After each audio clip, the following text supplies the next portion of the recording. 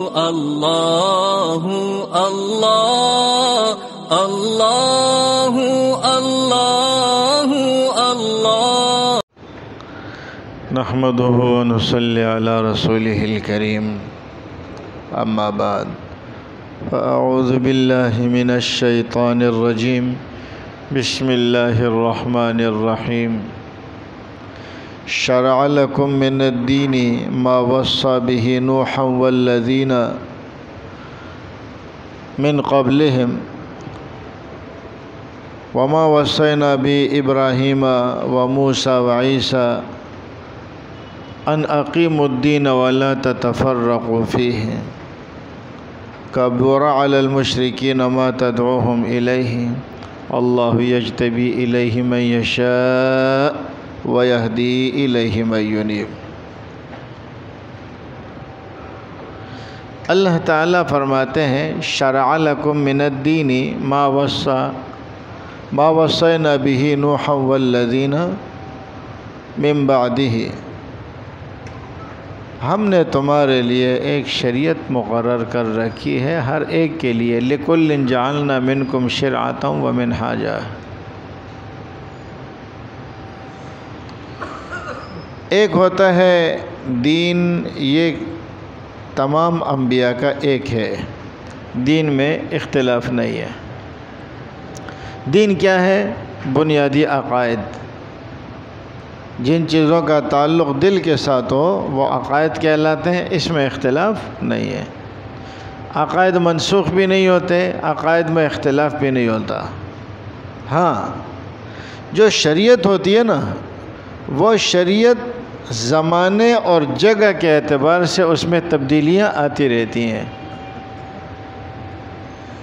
بنیادی عقائد تمام انبیاء کے ایک ہیں، لیکن جو فروعی مسائل ہے یا طریقہ عبادت ہے وہ مختلف ہے، اور یہ عقل کا بھی تقاضا ہے کہ زمان اور مکان کے اعتبار سے احکامات میں تبدیلی آتی ہے۔ اب جس نبی کے دور میں جو چیز جیسے مناسب تھی، اللہ نے اس نبی کو شریعت بھی ویسے ہی دے دی۔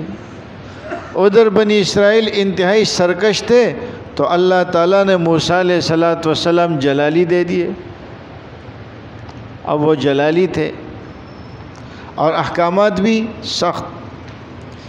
عیسیٰ علیہ السلام میں انتہائی جمال تھا، قوم میں جمال تھا تو نبی بھی اللہ نے جمالی دے دیا ہے، احکامات بھی انتہائی نرم۔ تو دیکھیے، جیسے جیسے انبیاء کرام کا دین ایک ہے، دین میں عقائد میں تبدیلی نہیں ہے۔ ہاں، مسائل اور احکامات میں تبدیلیاں ہو سکتی ہیں، مسائل تبدیل ہو سکتے ہیں، بہت بڑا بڑا اختلاف مسائل میں آ سکتا۔ آج کے زمانے میں کوئی بہن سے نکاح کرنے کا تصور نہیں کر سکتا، آدم علیہ السلام کے زمانے میں ہوتا نا، اجازت تھی۔ تو معلوم ہوا کہ دین کس چیز کا نام ہے؟ دین نام ہے اللہ رب العزت کے دیے ہوئے حکم کا۔ جب اللہ کا حکم ہو تو وہی کام عبادت ہے، اور جب اللہ کا حکم نہ ہو تو وہی کام لعنت بن جاتا ہے۔ اب اس زمانے میں اللہ کا حکم تھا کہ آپ بہن بھائی نکاح کر سکتے ہو، تو اب بہن بھائی کا نکاح کرنا یہ عبادت تھا، جائز تھا۔ اور جب اللہ نے حکم دے دیا کہ خبردار اب نہیں کرنا، تو اب بہن سے اور بھائی کا نکاح یہ حرام ہو گیا، اب لعنت بن گیا۔ تو معلوم ہوا کہ دین نام ہے اللہ کے حکموں کو ماننے کا۔ یہ باتیں میں اس لیے کر رہا ہوں کہ ملحدین یہ اشکال کرتے ہیں کہ ہمیں کسی قرآن کی نعوذ باللہ ضرورت نہیں ہے، ہمارے پاس عقل موجود ہے اور ہم اپنی عقل کی بنیاد پر اپنے لیے اچھے اور برے کی تمیز کر سکتے ہیں، آپ کو نصیحت کرنے کی ضرورت نہیں ہے۔ جیسے آج کل کے بچے جب بالغ ہوتا ہے نا، تو ماں باپ سے کیا کہتے ہیں؟ ہم اچھے برے کی تمیز کر سکتے ہیں، آپ ہمارے معاملات میں مداخلت نہ کریں۔ اور وہ اپنے ماں باپ کو بڑا بیوقوف سمجھتے ہیں، کہتے ہیں کہ سمجھدار ہم ہیں، بچے ہوتے ہیں نا۔ تو ملحدین بھی ابھی بچے ہیں، یہ کہتے ہیں ہمارے معاملات میں مداخلت نہ کرو، ہم اپنی عقل سے فیصلہ کر لیتے ہیں۔ اہل اسلام کے ہاں جو مرکز علم ہے اور بدن کی جو مرکزی حیثیت جس عضو کو حاصل ہے وہ عقل نہیں ہے، وہ دل ہے۔ اہل اسلام کے ہاں مرکز علم کون ہے؟ یہ عقل نہیں ہے، وہ کیا ہے؟ دل۔ عقل کی تعریف کیا ہے؟ کئی دفعہ میں نے ملحدین سے یہ پوچھا، آپ عقل کی تعریف کرو، وہ نہیں کر سکتے، عقل کی تعریف نہیں کر سکتے۔ کہتے ہیں ہم خدا کو اس لیے نہیں مانتے کہ خدا ہمیں نظر نہیں آتا۔ میں نے کہا عقل آپ کو نظر آتی ہے؟ عقل کہاں ہے؟ عقل بھی تو نظر نہیں آتی نا، تو عقل کو کیوں مانتے ہو؟ تو اہل اسلام کا جو عقیدہ ہے وہ کیا ہے؟ قلب۔ نبی علیہ السلام نے کیا فرمایا؟ الا ان فی الجسد مضغۃ، بدن کے اندر ایک گوشت کا لوتھڑا ہے، اگر وہ لوتھڑا صحیح رہا تو بدن بھی صحیح رہے گا، اور اگر اس لوتھڑے میں فساد آ گیا تو پورے بدن میں فساد آ جائے گا۔ اور پھر فرمایا وہ کیا ہے؟ فرمایا الا وہی القلب۔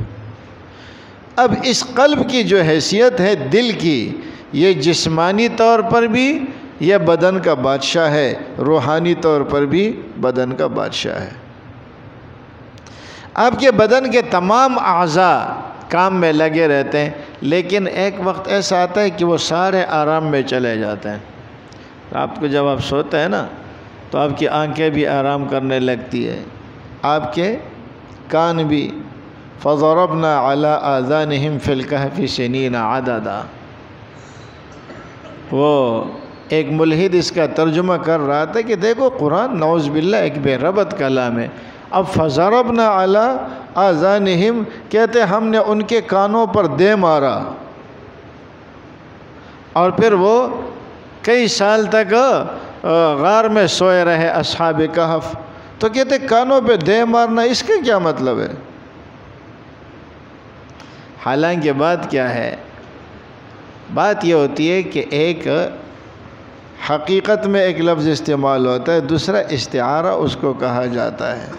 ایک مجاز ہوتا ہے، ایک استعارہ ہوتا ہے، ایک معنی حقیقی ہوتا ہے، ایک تشبیہ ہوتا ہے۔ تو یہاں استعارہ ہے۔ اب مطلب کیا ہے؟ جیسے آپ کسی ٹھپے کو مارتے ہیں نا اور وہ نیچے اپنا نقش چھوڑ دیتا ہے، تو اس کا مطلب یہ ہے کہ آپ نے بہت زور سے مارا ہے۔ تو اب رات کو جب آپ کے کان آرام کرتے ہیں تو اللہ اس پر ٹھپا لگا دیتے ہیں کہ اب باہر کی آواز اس کے اندر جاتی نہیں ہے۔ تو کانوں کو آرام ملتا ہے، زبان کو آرام ملتا ہے، آنکھوں کو آرام ملتا ہے، دماغ کو آرام ملتا ہے، پورے بدن کو، ہاتھ اور پاؤں کو آرام ملتا ہے، لیکن دل کو آرام نہیں ملتا۔ جس دن دل نے آرام کر لیا نا اس دن گئے۔ دل 24 گھنٹے اپنے حرکت میں لگا ہوا ہے، اور جس دن اس نے آرام کر لیا نا تو پھر آپ کی بھی خیر نہیں ہے، اللہ حفاظت میں رکھے۔ تو معلوم ہوا کہ بدنی اعتبار سے، جسمانی اعتبار سے دل کی حیثیت یہ ہے، اور روحانی اعتبار سے بھی فرمایا دل کی حیثیت یہی ہے۔ اس دل کی حفاظت کرو۔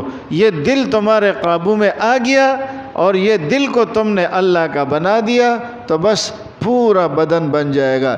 دل میں اصلاح ہو گئی تو آنکھوں کی بھی اصلاح ہو جاتی ہے، کانوں کی بھی اصلاح ہو جاتی ہے، زبان کی بھی اصلاح ہو جاتی ہے، ہاتھوں کی بھی اصلاح ہو جاتی ہے، اور پاؤں کی بھی اصلاح ہو جاتی ہے۔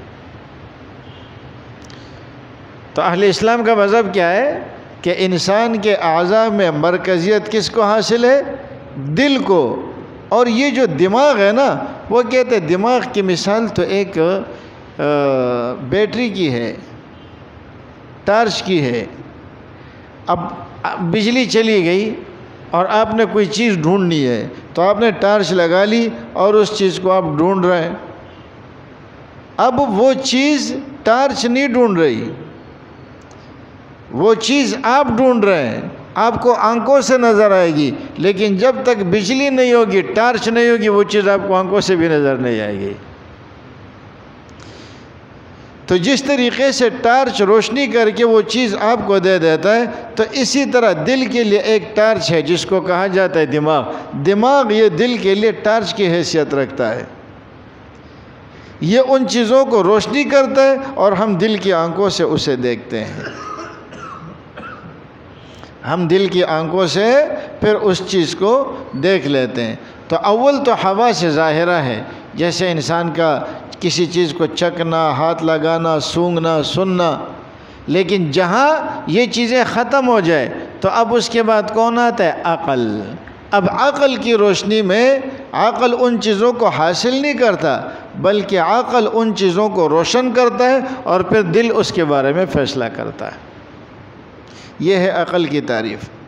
ان کو عقل کی تعریف بھی نہیں آتی جو عقل کی بنیاد کے اوپر یہ سارے کام کرتے ہیں. وہ کہتے ہیں ہمارے لیے عقل ہی کافی ہے. اب اصل اعتراض کی طرف آتے ہیں. ہمارے لیے عقل کافی ہے، ہم عقل کے حساب سے آگے جو فیصلے ہوں گے وہ کریں گے. اچھا، اب تھوڑا سا اپنے ایک چھوٹے سے گھر کے ماحول کو لے لیں جہاں 3-4 بچے ہیں. 3-4 تو آج کل ہوتے نہیں ہیں، 2 ہی اچھے ہوتے ہیں. بچے ہیں وہ 3-4 پرانی بات ہو گئی. آج کل تو بچے جو ہے وہ 2 ہی اچھے ہوتے ہیں. دبئی میں ہمارا ایک بلوچ ہے، تو ان کے میرے خیال میں 4 بیویاں ہیں اور 100 سے تو اوپر ہے بچے. اب یہ معلوم نہیں ہے کہ 121 ہے یا 130 ہے، اس طرح. تو جب میں دبئی گیا تھا تو اس دوست نے مجھے آخر میں کہا رہے آپ کو اس سے ملانا تھا. میں نے کہا اس کی زیارت بہت ضروری ہے. ایسے لوگ آج کل بہت کم مل رہے ہیں. ایسے لوگ آج کل بہت کم مل رہے ہیں. اب بچے 2 ہی اچھے. اب وہ مسئلہ تو ختم ہو گیا. چلے 12 ایک گھر ہے، چلے 2 بچے ہیں اس میں اور میاں بیوی ہے. کیا سب کی عقل برابر ہے؟ میاں کی، پھر بیوی کی، پھر بچوں کی عقل برابر ہے؟ اب کس کی عقل کو بنیاد بنائیں گے؟ اگر آپ اپنی عقل کو بنیاد بنا رہے ہیں تو بیوی کہتی ہے کیا میں کوئی جانور ہوں؟ جب ہماری بات آتی ہے نا تو کہتے ہیں کہ نہیں عورتوں کے ساتھ ظلم ہو رہا ہے، یہ عورتوں کے ساتھ آپ لوگ زیادتی کر رہے ہو. تو ہم آپ سے پوچھتے ہیں کہ چلو آپ جو کر رہے ہو آپ اپنے قاعدے کے مطابق بتاؤ کہ آپ کی بیوی کو اپنی عقل استعمال کرنے کا حق حاصل ہے یا نہیں ہے؟ تو آپ کہیں گے نہیں، ان کی عقل میرے عقل کے مقابلے میں کچھ کم ہے، اور بچوں کی تو اس سے بھی کم ہے. تو پھر عقل کس کی ہے؟ کہتے ہیں میری ہے. اچھا، اب مثال کے طور پر ہر ایک کہتا ہے کہ میں اپنے عقل کے مطابق فیصلہ کرنا چاہتا ہوں. چلے جی مان لیتے ہیں، ایسے ہی کر لیتے ہیں. آپ کے عقل کے مطابق ہر آدمی اپنے عقل کے مطابق فیصلہ کرے. اب امام صاحب نے کہا کہ بھائی آپ لوگ اپنے معتکفین حضرات مسجد کا بڑا خیال رکھیں، مسجد کا بڑا خیال رکھیں. صاف کر معتکفین حضرات کیا کریں؟ مسجد کا خیال رکھیں، صفائی کا خیال رکھیں، ستھرائی کا خیال رکھیں، موبائل استعمال نہ کریں. یہ کون کہہ رہا ہے؟ امام صاحب. بچہ کیا کہہ رہا ہے؟ نہیں، ہمارا موبائل کا اسکرین چھوٹا ہے، ہمیں لیپ ٹاپ رکھنے کی بھی اجازت دی جائے تاکہ ہم اچھی طریقے سے بڑے اسکرین پر دیکھ سکیں. ویسے یہ مسجد والوں کو کرنا چاہیے تھا. آپس میں جب بات کرتے ہیں نا یہ ہماری نئی جنریشن جو ہمیں عقل سکھاتی ہے نا، وہ کیا کہتے ہیں؟ ویسے ہمیں بتانے کی ضرورت نہیں تھی، یہ مسجد والوں کو سوچنا چاہیے تھا.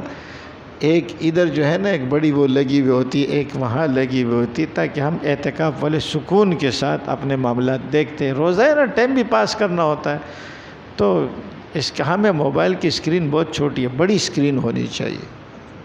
یہ کس کا ذہن ہے؟ یہ بچوں کی ذہنیت ہے. اور ادھر جو سفید ریش ہے ان کی ذہنیت اپنی ہے. اب اس جھگڑے کو کون چکائے گا؟ اب مسجد میں جھگڑا ہو جائے گا جی، اوپر سے کوئی آرڈر دینے والا تو ہے نہیں نا، کسی قانون کو بتانے والا تو کہ ہے نہیں، اپنے عقل سے فیصلہ کرنا ہے. اب آئے دن جھگڑے ہوں گے تو آیا اپنے عقل سے آپ اچھے اور برے کا فیصلہ کر سکتے ہیں؟ اپنے عقل سے آپ اچھے اور برے کا فیصلہ نہیں کر سکتے. کیوں؟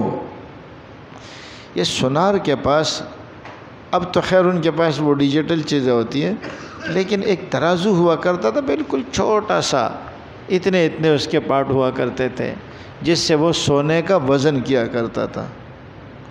اب بھی ہوگا لیکن اب تو ڈیجیٹل آ گیا نا، بالکل چھوٹا. اب دیکھیں اگر اس سونے کا وزن آپ اس ترازو میں کریں کہ جس ترازو کے ذریعے آپ ٹنوں وزنی چیزوں کو وزن کرتے ہیں، تو کیا اس سے آپ سونے کا وزن کر سکتے ہیں؟ نہیں کر سکتے، اس لیے کہ وہ ترازو بہت بڑا ہے. اچھا، اور جس ترازو کے ذریعے آپ سونے کا وزن کرتے ہیں، چاندی کا وزن کرتے ہیں، تو کیا اس ترازو کے ذریعے آپ پہاڑوں کا وزن کر سکتے ہیں؟ بڑے بڑے ماربل کا وزن کر سکتے ہیں؟ نہیں. کیوں؟ اس لیے کہ ترازو چھوٹا ہے اور چیزیں بڑی ہے. شاباش، بچے کو بات سمجھ آئے گی. ترازو چھوٹا ہے اور چیزیں بڑی ہے، تو جس طرح اس ترازو کے ذریعے آپ پہاڑوں کا وزن نہیں کر سکتے، تو اس طرح آپ کا جو دماغ کا ترازو ہے نا، یہ آپ کو ایک محدود چیز کے لیے دیا گیا ہے، اور آپ اس کے ذریعے وزن کرنا چاہتے ہیں کائنات الہی کا اور اللہ کا. آپ اس دماغ کے ذریعے کس کو سمجھنا چاہتے ہیں؟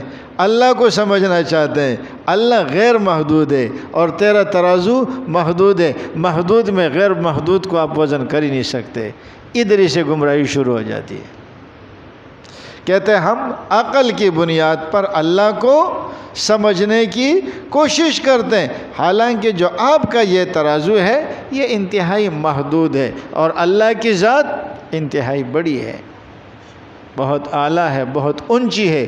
اب آپ اس عقل کے ذریعے اللہ کو سمجھنے کی کوشش کریں گے تو نقصان ہمارا ہوا یا تمہارا ہوا؟ تو یہ کہنا کہ ہمیں شریعت کی ضرورت نہیں ہے، حالانکہ دنیا کے ہر شعبے میں آپ کے لیے کچھ قوانین ہیں جن قوانین کے تحت آپ زندگی گزارتے ہیں. میں آپ کو بار بار مثال دے رہا ہوں. جب آپ مسجد میں آتے ہیں یہاں بھی آپ قانون کے تحت زندگی گزارتے ہیں. جب آپ گھر میں جاتے ہیں قانون کے تحت زندگی گزارتے ہیں. جب آپ بازار میں جاتے ہیں قانون کے تحت زندگی گزارتے ہیں. ہر چیز کو جو آپ نے استعمال کرنا ہے. یہ موبائل آپ کے پاس آتا ہے، اس موبائل کے ساتھ اتنی موٹی بک آتی ہے جس کے اندر اس کے استعمال کا طریقہ لکھا ہوا ہوتا ہے. ایک موبائل جو آپ کے موبائل کی شریعت کیا ہے؟ موبائل کی گائیڈ بک. آپ فریزر لے کر آتے ہیں، اس کے ساتھ بھی آپ کو ایک بک ملتی ہے، یہ اس کی شریعت ہے. فریزر کی، موٹر کی، ہر چیز کے لیے آپ کے پاس ایک بک آتی ہے، اور اس بک کے مطابق اگر آپ اس چیز کو استعمال کریں گے وہ خراب نہیں ہوگی، اور اگر خراب ہو جائے تو اسی کے مطابق آپ نے ٹھیک کرنا ہے. اتنی بڑی کائنات اللہ رب العزت نے بنائی، اتنے بڑے انسان کو اللہ نے اپنی قدرت سے تخلیق کیا، اس کے لیے نہ کسی بک کی ضرورت ہے نہ کسی گائیڈ کرنے کی ضرورت ہے. وہ ہم اپنی عقل سے سمجھ لیں گے. چلے جی ہم پوچھ لیتے ہیں اپنی عقل سے کیسے سمجھو گے؟ ہم نے کئی مرتبہ ملحدین سے لائیو پروگرام میں یہ سوال پوچھا ہے کہ آپ ہمیں بتائیں بین سے نکاح کرنا کیوں جائز نہیں ہے؟ مسلمان سے نہیں پوچھ رہے. مسلمان تو جواب دے دے گا نا کہ اپنی بیٹی سے اور اپنی بہن سے نکاح کرنا کیوں جائز نہیں ہے؟ اس لیے کہ اللہ نے منع کیا ہے. بس ہمارے لیے تو یہ ہو گئی. لیکن آپ عقل کی بنیاد پر دیکھیں، عقل کی بنیاد پر کیا خرابی ہے؟ عقل آپ کو کیسے روک رہی ہے کہ آپ اپنی بیٹی سے نکاح نہ کریں، اپنی بہن سے نکاح نہ کریں؟ عقل کیا کہتی ہے؟ بڑا موزون رشتہ ہے، بہن بھائی کا رشتہ بڑا موزون ہے، بڑا مناسب ہے۔ کیوں؟ اس لیے کہ ایک ماں باپ کی اولاد ہے، ایک دوسرے کو برداشت بھی کریں گے، ایک ماں باپ کی اولاد ہے، مزاج بھی ایک ہوگا، اور یہ کہ گھر کی گاڑی بڑے سکون سے چلے گی، آرام سے چلے گی۔ تو عقل تو یہ کہتی ہے۔ تو اب ہم ملحد سے پوچھتے ہیں کہ آپ عقلی طور پر بیٹی اور بہن سے نکاح کرنے کو جائز کہتے ہو یا ناجائز کہتے ہو؟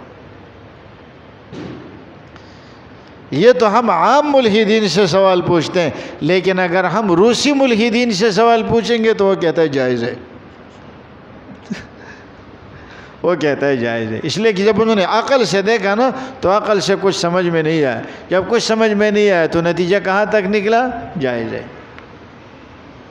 تو ایک تو یہ کہ ہر ایک کے عقل کا معیار الگ الگ ہے، ہر ایک کی عقل کی سوچ الگ الگ ہے۔ تو اب ایک گھر کے اندر کوئی ایک بڑا ہوگا جو سارے نظام کو سنبھالے گا، اور آپ نے قانون کیا وضع کیا ہے کہ ہر عاقل آدمی کو اس بات کا حق ہے کہ وہ اپنی عقل استعمال کرے۔ تو اب گھر کے اندر سارا دن لڑائی اور جھگڑے رہیں گے، آپ اپنے احکامات کو اپنے ماتحتوں کے اوپر جاری نہیں کر سکتے۔ کیوں؟ اس لیے کہ عقل محدود ہے، اور محدود چیزیں اللہ تعالیٰ نے انسان کو دی ہے۔ اب انسان کیا کرتا ہے کہ اس محدود عقل کو لامحدود معاملات میں استعمال کرنے کی کوشش کرتا ہے، اور یہیں سے پھر گمراہی پھیل جاتی ہے۔ اللہ ہمیں سمجھنے کی توفیق دے۔